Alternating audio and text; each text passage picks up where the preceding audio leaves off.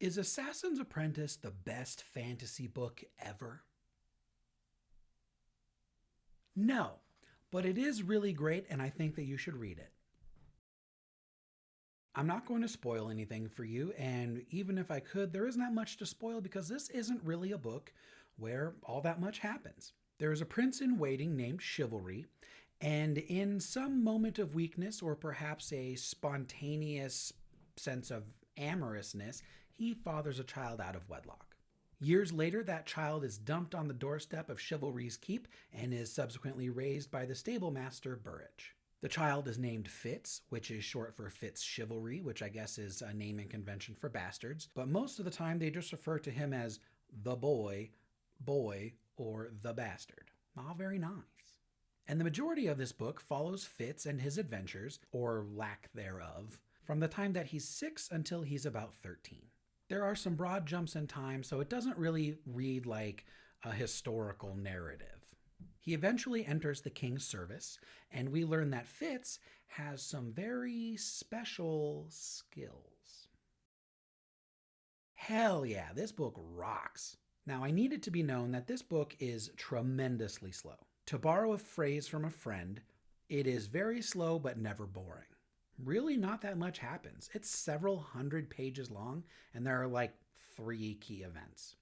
But on the flip side of this, there is a depth to Robin Hobb's writing that I've only ever experienced in books by like George R.R. Martin or Tolkien. So suffice to say that this is a character-driven story. Action heroes need not apply. Hobb's ability to take us through the day-to-day mundanities of being a stable boy, but also to impress upon us the experience of the taste of his food and the other sights and smells that he experiences when he's walking around Buckkeep or going about his other duties is mesmerizing. She fleshes out characters on a level that other authors should aspire to. We learn so much about Fitz and Burrich and Verity and Prince Regal and Galen and Lady Patience and the Fool and Smithy and Nosy, and it's just, we live in their lives and it's amazing.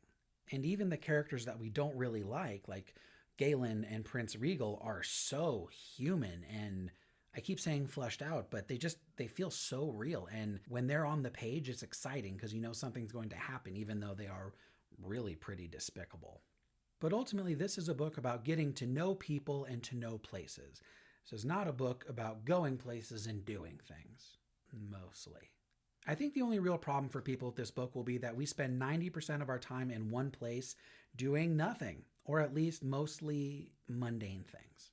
If you're down with a character drama, this is for you. If you thirst for travel adventures or the heat of battle, this is not going to be for you. To be fair, this is only the first Robin Hobb book that I've read, so maybe some more of my Robin Hobb zealous friends can pop in and let us know whether or not the rest of the books are a lot like this one. But from what I understand, they are. Assassin's Apprentice is amazing. Slow, but incredibly rewarding. I do not think that you will regret spending time in Buckkeep. Think of it as an adventure for the heart. Assassin's Apprentice gets 4 out of 5 hammers.